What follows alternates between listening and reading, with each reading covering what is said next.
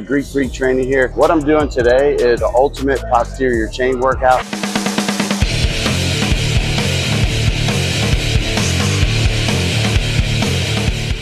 I'm going to take you through my total posterior chain. This is great. Girls, if you really want to rock up your glutes and your hamstrings, do these workouts. They're awesome. Guys as well, you want to work on those glutes. Again, first exercise I'm doing is going to be RDL, heavier, probably 5 to 8, failing, and I'm going to do 3 rounds of these with 2-minute breaks. Here we go.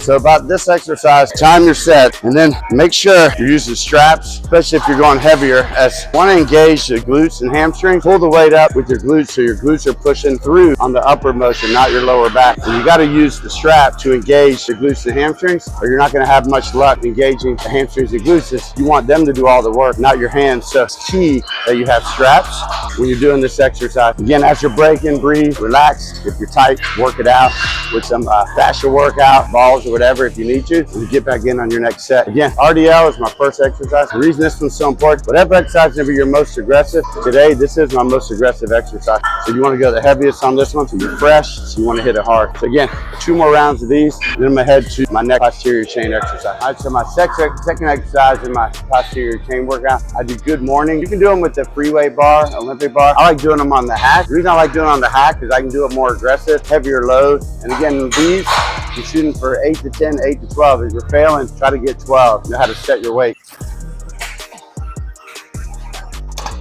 So your legs are completely straight.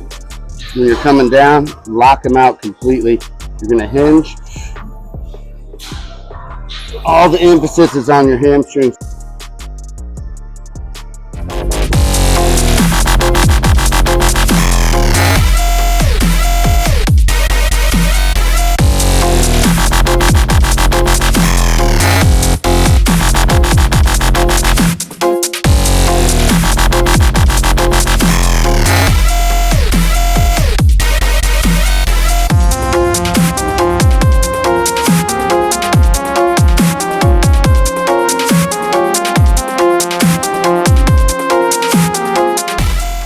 It's a super challenging exercise, especially if you do it this way. Again, on these, I'll probably take 1.5 to 2 minutes to recover. And again, lock your legs out, hinge, to put all the emphasis on your hamstrings to give you a nice line coming out of that hamstring, a real pointy little, kind of like a peak. And then it's also really doing well on your glutes. The Olympic bar, I would do it. This one's not comfortable on your shoulders. You got to have some muscle up here to handle the weight. Pressing on your shoulders really hard. Not a comfortable exercise. I just know I can just do it and it doesn't bother me that bad. Most of my clients cannot do it. It's more advanced. And again, you got to have some muscle up here or your shoulders are going to get trashed. Now these, I'm shooting for 3 rounds of 8 to 10. I'm going to take 2 minutes on these because they're super challenging. So again, good morning. Probably one of the best ones besides the RDLs and the stiff leggers for hamstrings. What you're doing is, because I'm doing all 3 together, you're really going to get good peaking results in the hamstrings. Definitely throw these into the mix. Do Olympic bar if it hurts your shoulder. The other great thing about the good mornings is, say if you do bodybuilding shows and you want really good definition and striation of your lower back, this would be the one to throw in. Great. This one, as well as stiff legged deadlifts I'm about to do. I program my workouts, so I know I'm going to isolate one specific area so I can get maximum results on that area. That way I can get great gains. So it's just basically like setting it up where you're going to have success. All right, so when I do stiff legged RDL, secret on these is I use a weight. So if you see that little 45-pound plate, that way when your legs are straight, you can go past. Plates are big, so you want to be able to go down to the bottom where the top of your feet are so that you can get a deep stretch. And again, not only will it pull really good in the hamstring, but also high in the glutes. It's hard to hit the high glute areas. So girls and guys, if you want to hit that area, this is a great exercise for that. Again, I'll be doing these 8 to 10, 3 rounds. These I'm probably going to cut to about 1.5 minutes. Create more hypertrophy so I can get some muscle gain. All right, so here I go. Need straps on this one. Just like I said with the RDL, you gotta have straps to keep the tension in the muscle group that you want to work. Use that muscle to pull the weight up.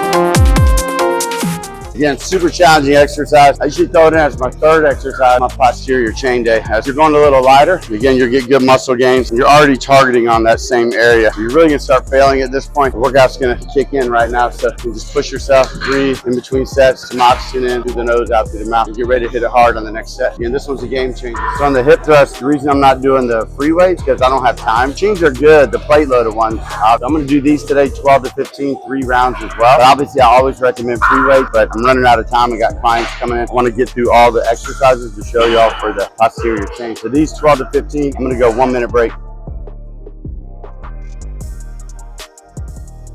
Again, keep your head forward. Don't lock out all the way. You don't want to hyperextend your back. You want to flex in the hips a little bit so you're not overextending going up.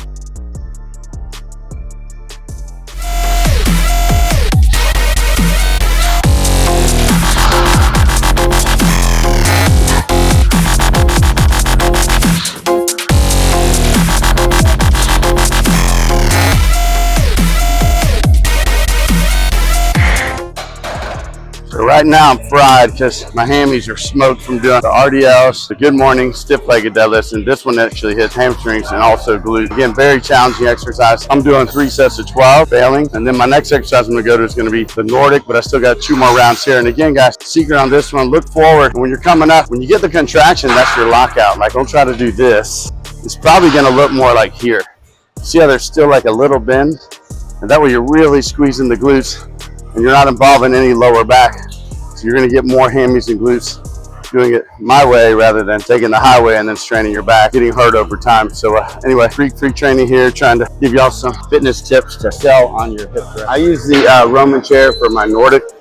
This one's awesome. It's very technical. You gotta have it lined up right on your hip, keep a slight bend in my knee, be holding a weight, and it's basically like a preacher curl to really develop that girth of the hamstring with this exercise. We're gonna go into it. I'm gonna shoot for 8 to 12 again. Good form on this, upper back tight. Make sure that your back bends like this, going up and down. That arch in the back. I like keeping a slight flex in my knees. There's a little bend, and you'll hold it like this, and then you'll come up here and slide.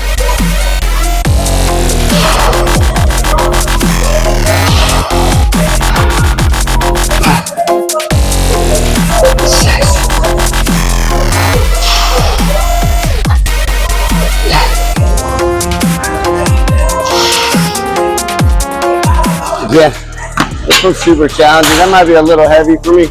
I'm probably going to drop to the 10 so I can keep it more controlled. So I'll show you that on my second set. You can get that nice squeeze. I like to usually hold it for 2 seconds. I'm gonna take a minute break, get that blood pump in there, keep the hypertrophy going. We'll drop it to 10. It's the first time I've gone up to the 25. It's a little too challenging as I'm jerking, so I'm gonna be able to control it when I'm doing this exercise. The next exercise, same one, but I'm gonna tweak it with a lighter weight for better. My form's gonna be a lot better, more controlled. So again, see how I'm sliding when I'm coming up a little bit? You gotta be able to slide a little bit at the top. It's a very advanced exercise, so you gotta set the seat up right where it's perfect on your hip to make sure that you're able to do this. Like this. Hugging that weight, you're going to slide here and squeeze. So now I'm more control, good squeeze. Still very challenging. Shooting for 10 again.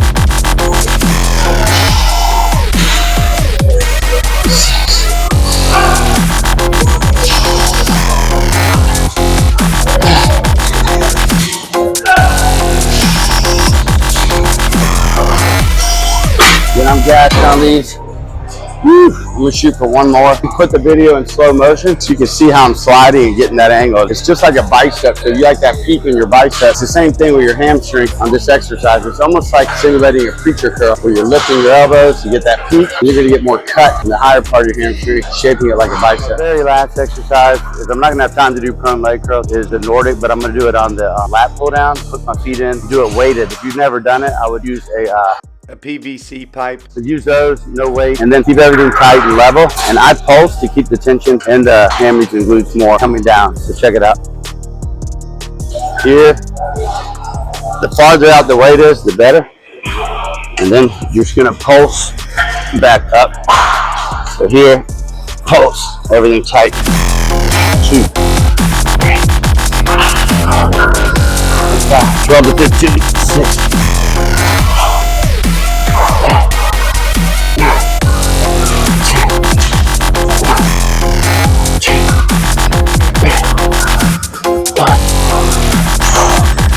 Again, I wouldn't go to weighted if you've never done it. I would stick with PVC pipe. This one's an awesome exercise. You get a lot of core. It's my finisher for my posterior chain workout for you guys. Great workout today. Again, 3 rounds of these, minute breaks. I would shoot for 12 to 15. I'm doing 15, smoking them out. So I hope you guys enjoyed it. Again, subscribe if you want more great videos and be alerted at all times. Peace. Remember, Polis in the Greek origin was derived from the Citadel Acropolis, which marked its administrative center. Your glutes, hips, and low back are all included in your core. Your center core leads to better balance and stability. Every movement we do every day involves our core. Don't neglect your legs. This is GreekFreakTraining.com. Like, subscribe, hit that notification bell. GreekFreakTraining.com.